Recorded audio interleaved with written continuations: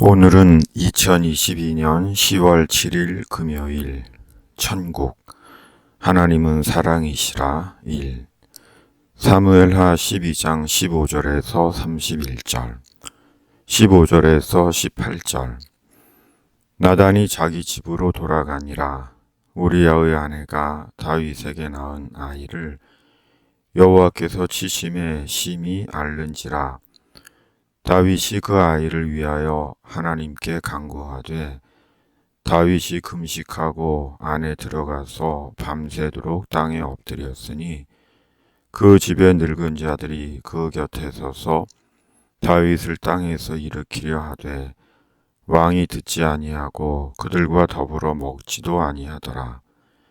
이레 만에 그 아이가 죽으니라. 그러나 다윗의 신하들이 아이가 죽은 것을 왕에게 아뢰기를 두려워하니 이는 그들이 말하기를 아이가 살았을 때 우리가 그에게 말하여도 왕이 그 말을 듣지 아니하셨나니 어떻게 그 아이가 죽은 것을 그에게 아뢰일 수 있으랴.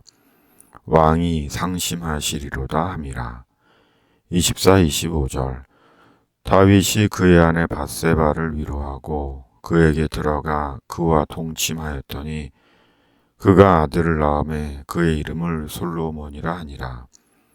여호와께서 그를 사랑하사 선지자 나단을 보내 그의 이름을 여디디야라 하시니 이는 여호와께서 사랑하셨기 때문이더라.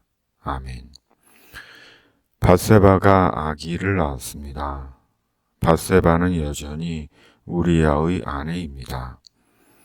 하나님은 밧세바를 다윗의 처로 인정하지 않으시는 것입니다. 다윗이 불의하다는 것입니다.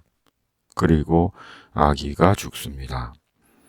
말씀하신 하나님의 심판이 실행된 것입니다. 생명으로 생명을 갚으시는 하나님이십니다. 그러나 하나님은 다윗에게 두 번째 아들을 주십니다. 솔로몬입니다. 그리고 하나님은 솔로몬에게 여디디야라는 이름을 주십니다. 여호와께 사랑을 입음이란 뜻입니다. 하나님은 사랑이십니다. 하나님은 죄에 대해 엄중하시고 단호하시지만 택하신 주의 백성을 영원히 버리지 않으십니다. 다윗의 죄악은 실로 큽니다. 천벌을 받아 마땅합니다. 그러나 하나님은 다윗을 지옥에 버리지 않으십니다.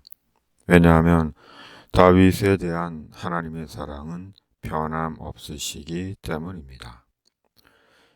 예수 그리스도는 하나님의 사랑의 실현입니다. 예수님은 나타난 하나님의 사랑입니다. 그리고 그 사랑이 천국에 이르는 사랑입니다.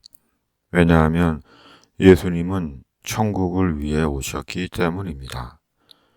하나님의 나라를 위해 오셨기 때문입니다. 그러므로 하나님의 사랑은 천국에서 완성되는 사랑입니다.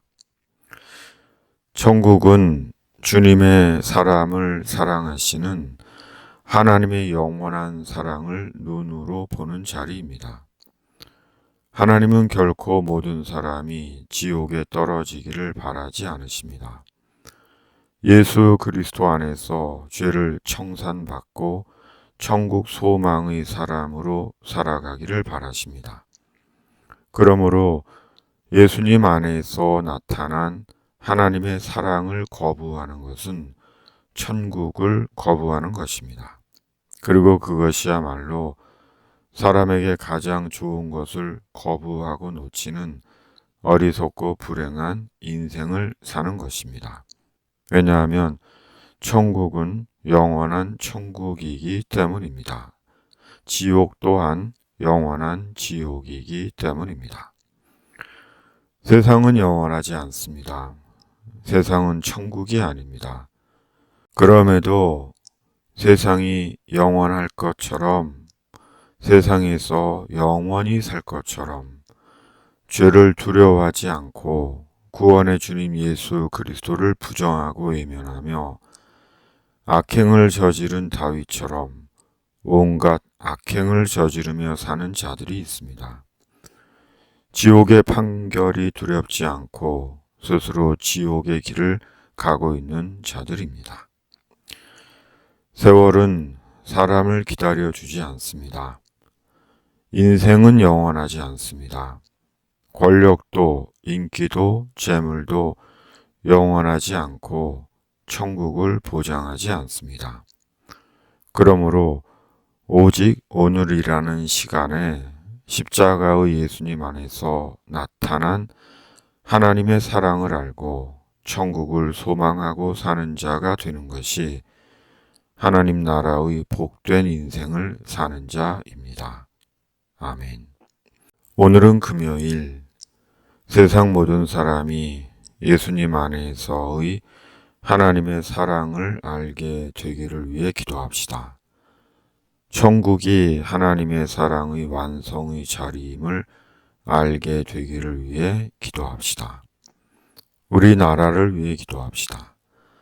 악행하는 자들이 공의와 정의와 심판하시는 하나님을 두려워하게 해달라고 기도합시다. 가난하고 병들고 외롭고 삶이 힘든 자들을 위해 기도합시다.